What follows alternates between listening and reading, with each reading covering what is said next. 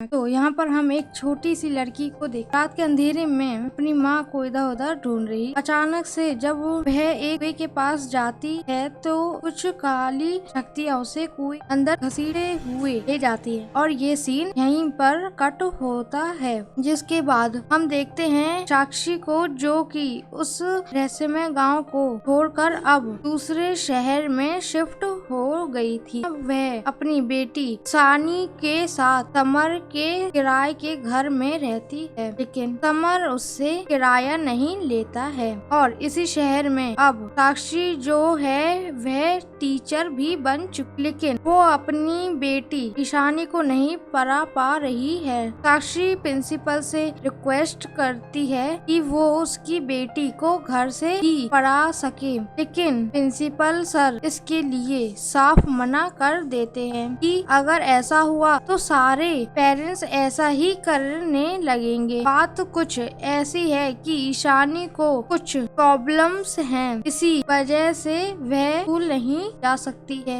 और जब साक्षी स्कूल में पढ़ाने के लिए चली जाती है तब रानी नाम की केयर टेकर ईशानी का ख्याल रखती है और साक्षी की बेटी ईशानी को कि वो धूप सहन नहीं कर सकती है। जैसे ही वो सूरज की रोशनी में आती है तो उसे जलन सी होने लगे। इसी वजह से ईशानी जो है वह स्कूल नहीं जा सकती और साक्षी इसी बारे में प्रिंसिपल से बात कर रही, लेकिन प्रिंसिपल सर तो बिल्कुल नहीं मानते और कहते हैं कि तुम्हें तो अपनी बेटी को स्कूल लाना ही पड़ेगा। ये साक्षी को अपनी बेटी के साथ उस रहस्यमय गांव को छोड़े 7 साल हो गए थे और अब ईशानी भी 7 साल की हो चुकी। वो उसका बहुत ख्याल रखती है और अब वो डिसाइड करती है कि वह अपनी बेटी ईशानी को स्कूल जरूर लेकर जाएगी। इसीलिए वह ईशानी को कपड़ों से पूरी तरह से ढक देती है ताकि सूरज की किरणों तक उसके ऊपर ना पड़े। इस तरह से वह उसे स्कूल ले जाती है और उसकी पढ़ाई होती है। तो वही ईशानी भी बहुत होशियार है और इंटेलिजेंट भी। वह अपनी माँ से उल्टे सीधे सवाल पूछती रहती और अक्सर उसके घर पर समर भी आया करता है। एक पुलिस वाला है और ईशानी उन्हें भी बहुत अच्छे से जानती है। उसके बीच में भी एक खास संबंध है। अब रात को साक्षी ईशानी को कहानी सुनाकर सुला देती है और फिर बाद में वह समर से मिलने के लिए जाती है। यह लोग जितनी भी बार मिलते हैं साक्षी हमेशा समर को थैंक्स यूं बोल देती है, क्योंकि समर ने उसकी बहुत मदद की है। वो उसके किराए के घर में तो रहते हैं, लेकिन आज तक ने 7 सालों में किराया तक नहीं लिया है। समर का कहना है कि वो मेरी माँ का घर है और मेरी माँ अगर होती तो वो तुमसे किराया नहीं लेती। इसके बाद चोरी 1 के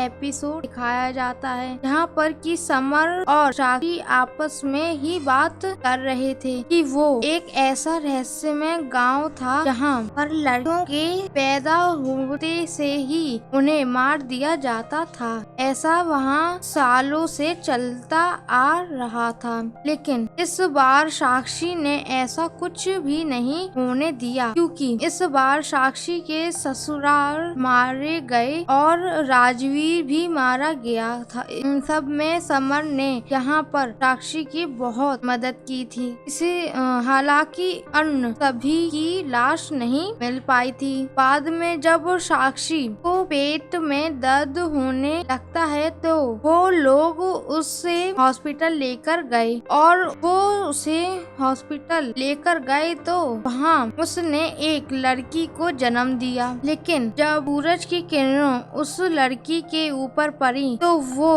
वह जलने लगी और यही लड़की दरअसल में ईशानी होती है। और फिर तब से ही समर साक्षी और ईशानी के साथ रहने लगा है और उसकी हमेशा मदद भी करता रहता है। एक तरफ तो ये दोनों आपस में बात कर रहे थे, दूसरी तरफ हम देखते हैं कि ईशानी घर पर अकेले होती है क्योंकि केयर टेकर रानी बाहर आराम कर रही थी। जब वह घर में अकेली होती है तो उसे कुछ काली शक्तियों का साया दिखाई पड़ता है। जब वह उनके पास गई तो उन काली शक्तियों ने यहाँ ईशानी को बस में कर लिया था, जिसके बाद वह उसे अपने साथ ले जाने लगी। और जब रानी ने देखा कि कोई ईशानी को चुपचाप से साथ में लेकर जा रहा है, तब वह उसका पीछा करती है। लेकिन जब वो लोग बाहर निकले तो यहाँ पर कुछ लोग रानी और ईशानी को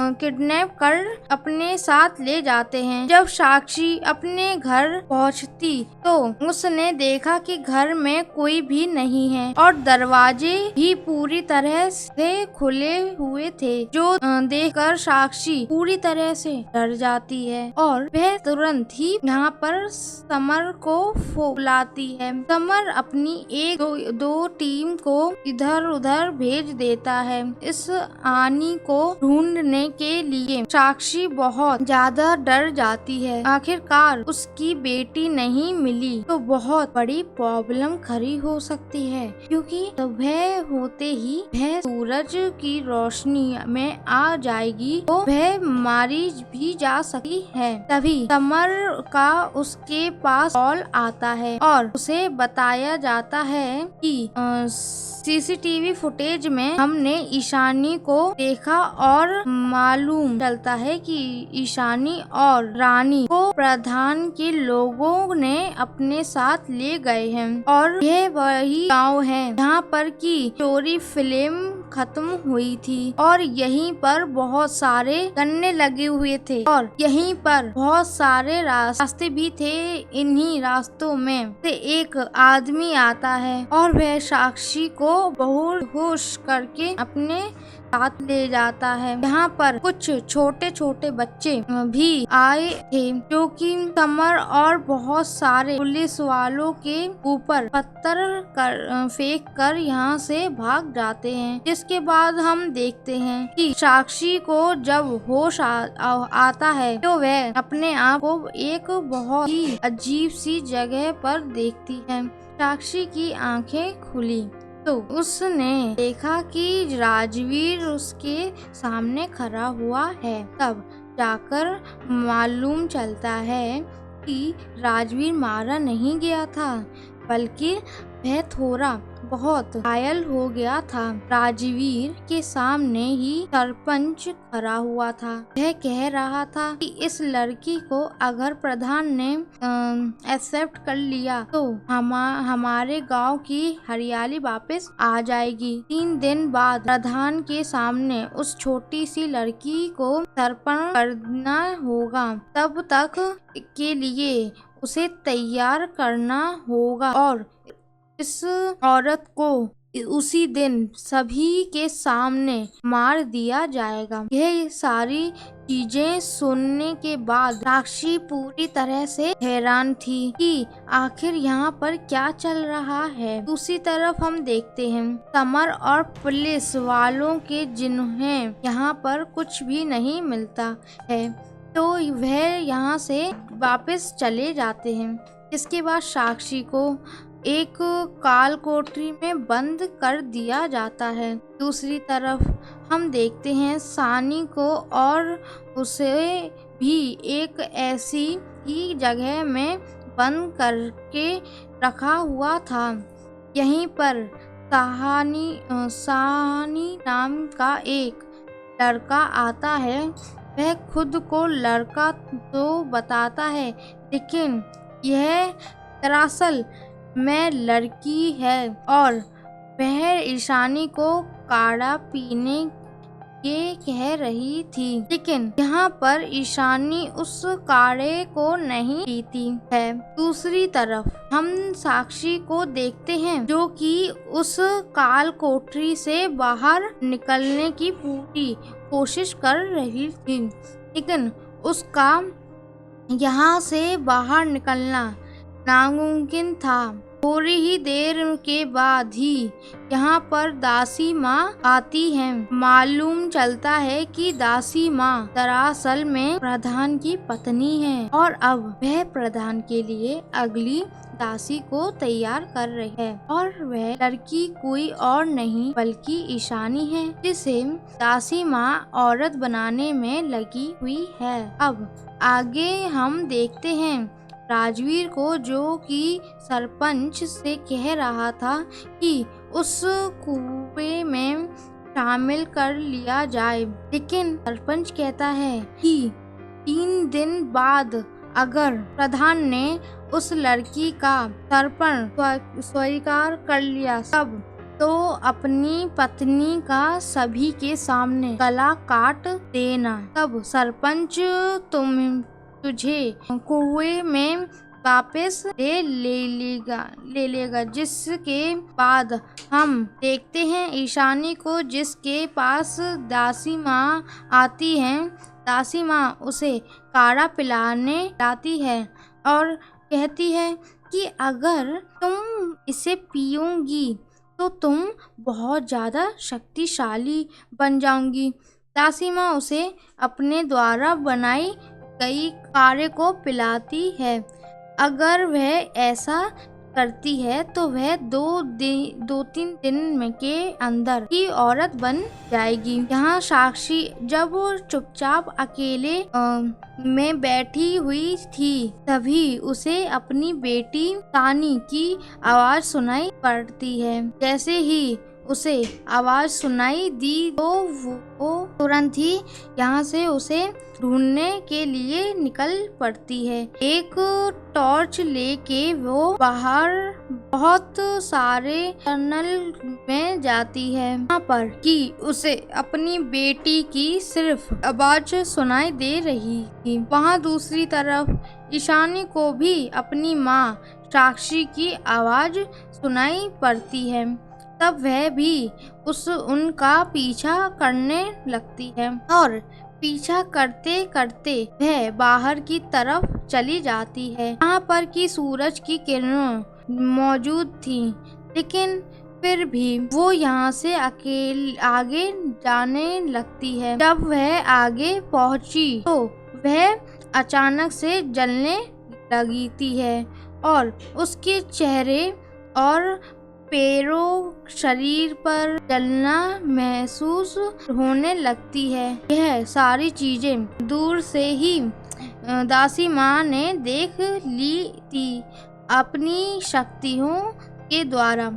तब वह तुरंत ही ईशानी के पास पहुंची और उसे उस जगह से वापस लेकर आती है। उसने देखा कि ईशानी बहुत सारे जगह पर जली हुई है। तब वो उसके पूरे शरीर पर लेप लगाती है और वह कुछ ही समय में ठीक हो जाती है। जब वह उसे ठीक करने में लगी हुई थी कि तभी वह यहाँ पर सरपंच साहब आ जाते हैं। वो कहते हैं कि यह तेरी जिम्मेदारी है, तू इसे जल्दी ठीक करेगी। अगर इसे जल्दी ठीक नहीं किया और यह औरत नहीं बनी ना तो प्रधान तुझे मार डालेगा। इससे हमें मालूम चलता है कि यहाँ पर दासी माँ की भी इज्जत नहीं करता और उसे अंदर बहुत सारी शक्तियाँ जरूर हैं, लेकिन सरपंच तक उससे ठीक से बात नहीं करता है। दासी माँ कहती हैं कि वह अपना काम बहुत ही ठीक तरह से कर रही है और ईशानी जल्द से जल्द औरत भी बन जाएगी। दूसरी तरफ हम देखते हैं समर को, जो कि ढूंढते ढूंढते फिर से उसी जगह पर आ गया था। उसे यहाँ पर एक कुआं दिखाई पड़ता है और उसके साथ कोई बहुत बड़ी पुलिस भी नहीं थी। उसके साथ बस एक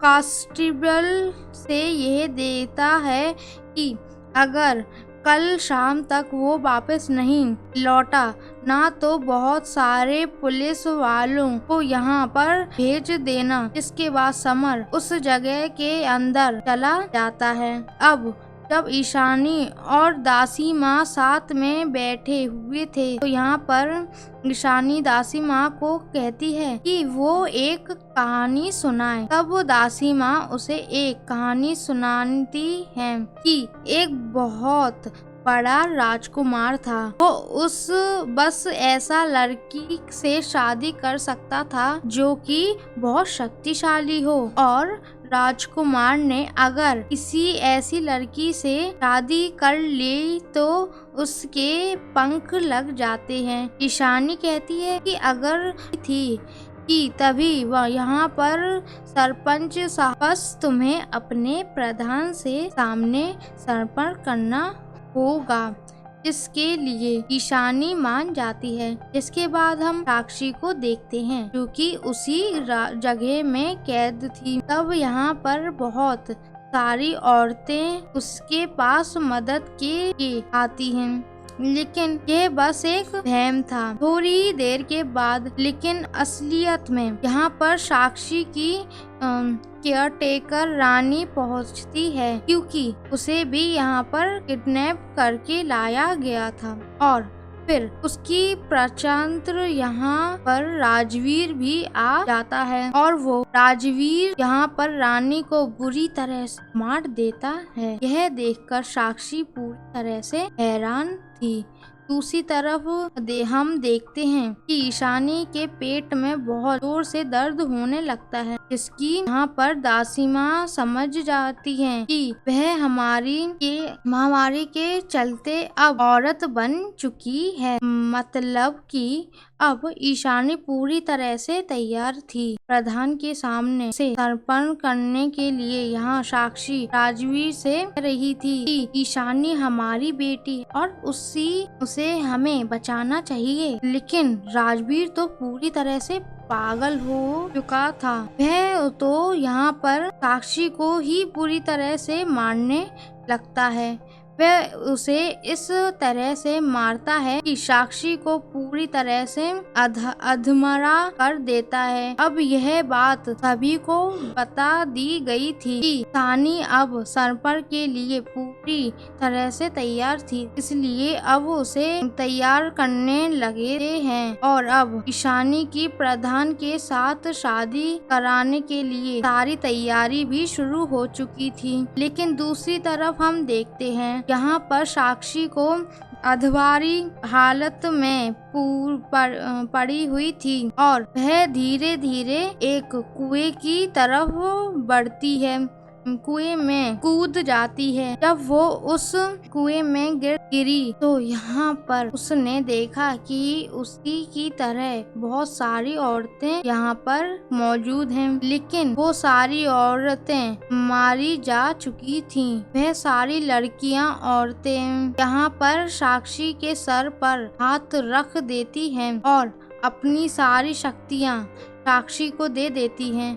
आज रात को ही ईशानी को प्रधान के हवाले करना था। तो दूसरी तरफ सरपंच के पास राजवीर खड़ा हुआ था। राजवीर यहाँ पर सरपंच को बताता है कि उसने तो साक्षी को बुरी तरह से मारा और अब तो वह अधमरी हालत में होगी और वह मरने भी वाली होगी। लेकिन सरपंच यहाँ पर बोला है और वह राजवीर से कहता है कि हमें यहाँ पर एक एग्जाम्पल सेट करना था।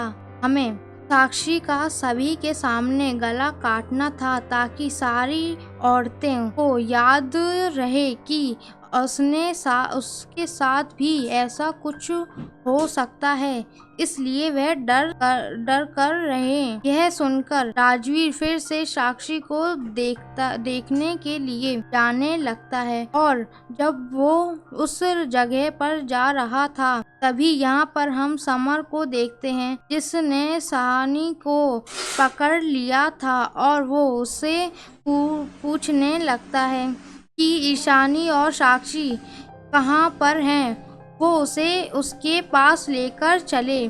दूसरी तरफ ईशानी की डोली पूरी तरह से तैयार हो चुकी थी।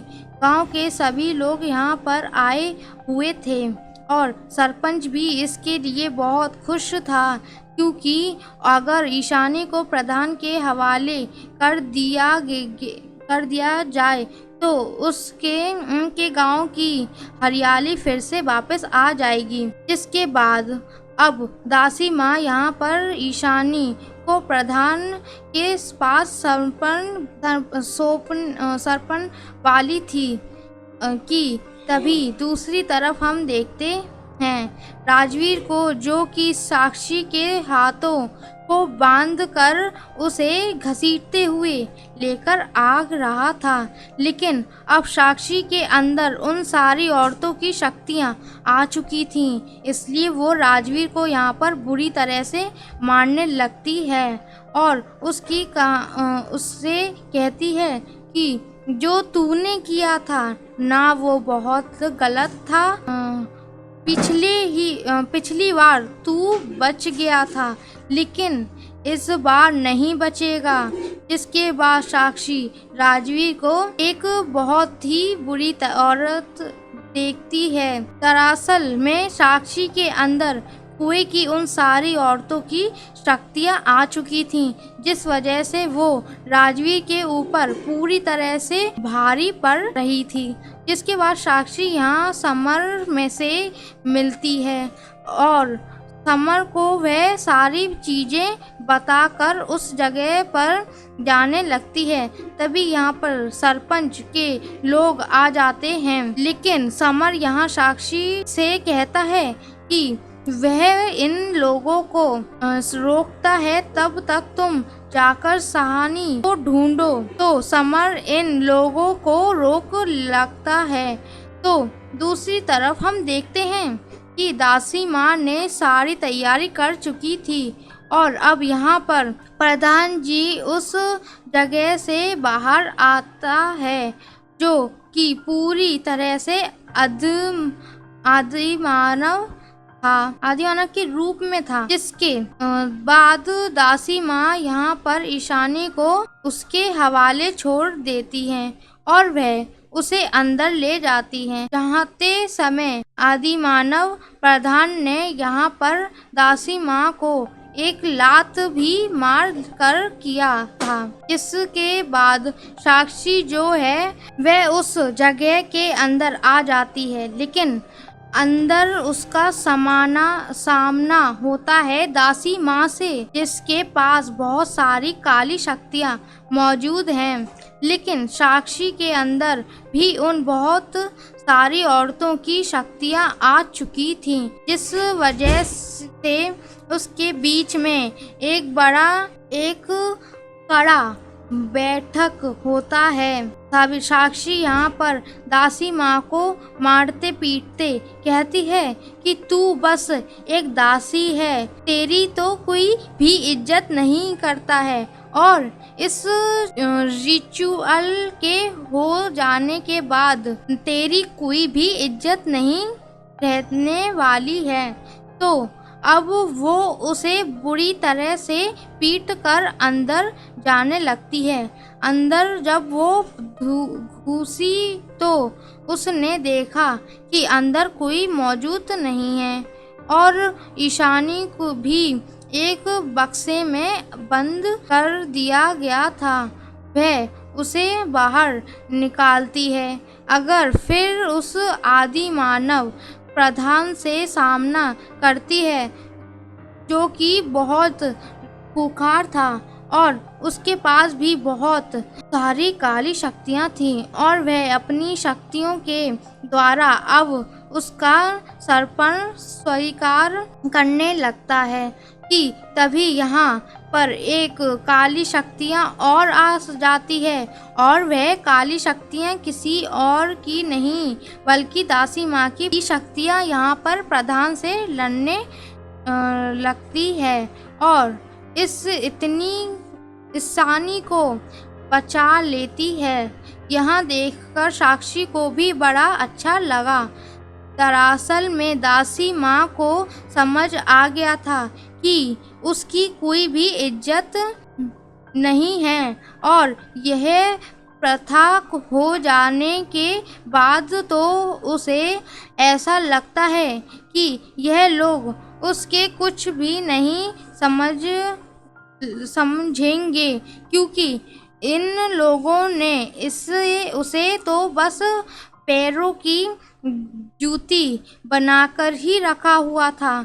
यहाँ दूसरी तरफ सरपंच को पकड़ लिया जाता है, पुलिस वालों के हाथों कर लिया जाता है, क्योंकि यहाँ पर बहुत सारे पुलिस वाले आ चुके थे। वह सरपंच के सारे साथियों को अरेस्ट कर लेते हैं, और साथ में सरपंच को भी। जिसके बाद दासी माँ और साक्षी ईशानी को अपने साथ ले जाने लगती हैं, क्योंकि वो दानव, वो प्रधान और वो आदि मानव कभी भी जाग सकता है, जब वो लोग उसे ढोले में बैठाकर यहाँ से सूरज की किरणों से बचाकर ले जा रही थे, कि तभी कुछ बेरियां यहाँ पर आती हैं और वह साक्षी को अपने साथ घसीटते हुए ले जाती हैं।